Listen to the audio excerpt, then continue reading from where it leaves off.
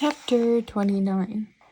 When I reached Dwyer Base, it was a bleak outpost in the middle of nowhere. All of a sudden, I was surrounded by sandy-headed young men in combat fatigues. I felt at home like never before. The sand was impossible to avoid. It was as fine as dust, and it was everywhere. It drove you mad. I stood in front of the window and looked out. Sand. Endless sand. Nothing but sand. 1,000,000 billion trillion grains, shifting constantly. A kind of hypnotic beige noise. It made you think of eternity, of loneliness, of the hugeness of the universe, and one's meaninglessness within it. Humbling, I thought. It sent me spiraling into a philosophical reverie that I felt might have no end. Did it matter if it didn't end? Perhaps this was the universe telling me not to worry and just to think about what mattered.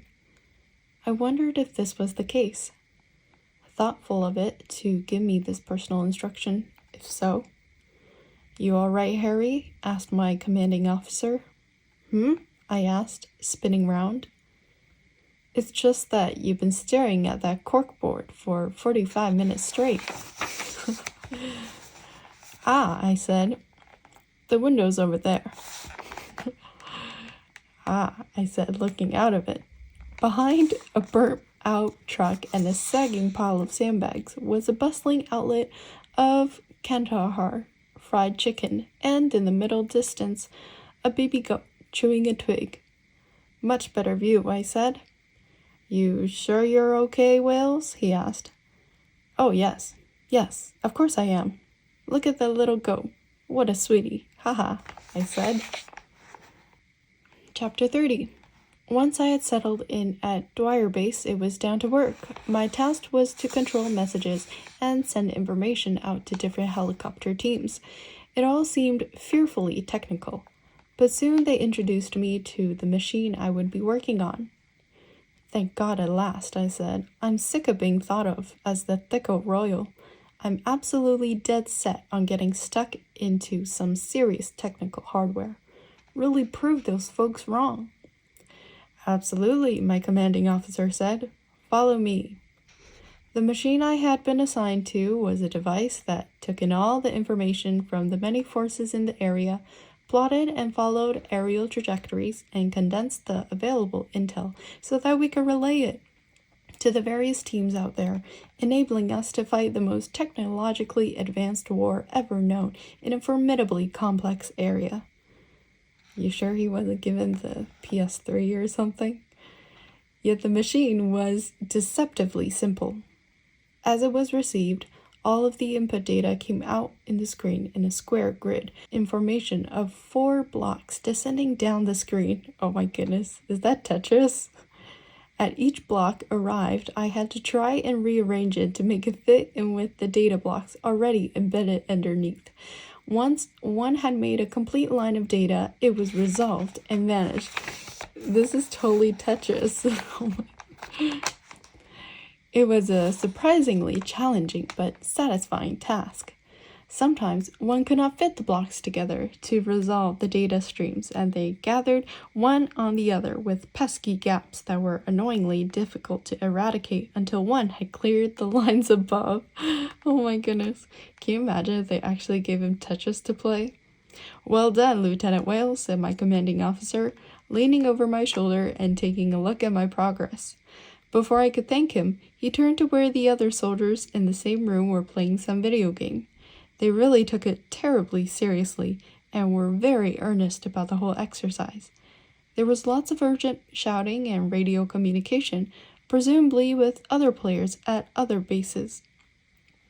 But needing to concentrate on my crucial task, I paid them no heed. In truth, I thought it was somewhat inappropriate for soldiers to be playing a video game in the same room as I was handling crucial life-saving maneuvers, but I was too junior to consider saying so to my superior officer. And there was no time anyway. New blocks kept appearing at the top of the screen and had to be managed. I always had stress sweat beating on my brow, and at the end of each shift, I was so exhausted, I plopped into bed and welcoming oblivion. And protocol is protocol. One doesn't question the chain of command. I was happy just to be doing a useful job on the dangerous frontier. Chapter 31. There was a pole in the middle of the camp to which soldiers had affixed signs pointing to home. Medicine Hat, Saskatchewan. 6,630 miles, read one. Gooloogon, New South Wales, 7,002 miles, read another. Muckygooch, Louisiana, 7,415 miles, said a third. I reflected for a moment how funny it would be if I put up a sign saying Clarence House, 3,509 miles. Everyone would laugh and think I was great. But no, I decided not to. On reflection, it would make me look like a massive wanker. Nevertheless, it made me reflect on distances. In my family, everyone was distance, or rather, distance was everything. There was a total lack of physical contact. Famously, my mother had once tried to hug my grandmother, who slid out of the embrace with the whippet-like swiftness of a fly half. No one ever hugged, not even patted each other encouragingly on the shoulder. We were chronically distant from each other. And how surprising was it, therefore, that when given the chance I had traveled into the unmappable regions of Afghanistan and would later leap at opportunities to visit North and South Poles, putting all distance possible between us in order to find myself? Was it natural or unnatural? At a royal dinner, even the distance of soup bowls within dinner mats was calculated precisely, with tape measures. Who was in the soup now? I was. You can be sure of that. But how far distant into the soup? That, as yet, could not be measured. Chapter 32. After several months on the tetra-forming puzzle computer, those shapes never did stop falling. It really made one dizzy to imagine the amount of data being constantly crunched by those massive computers. I graduated to working on the radio. Now I was managing the airspace and directing the various allied copters and craft that zoomed through it on an hourly basis. This meant that I had to speak to people from all over the world. "Hello," came a voice over the radio from one low-flying helicopter. "Hi there, can you read me?" I replied. "Yes, I can," came the response. It was in an American accent. I could tell we were already firm mates. In warfare, friendships form quickly under intense combat conditions. I knew this was one. "You have permission to proceed," I said. "Bravo," came the response. Bravo, indeed. What pals we were. What repartee.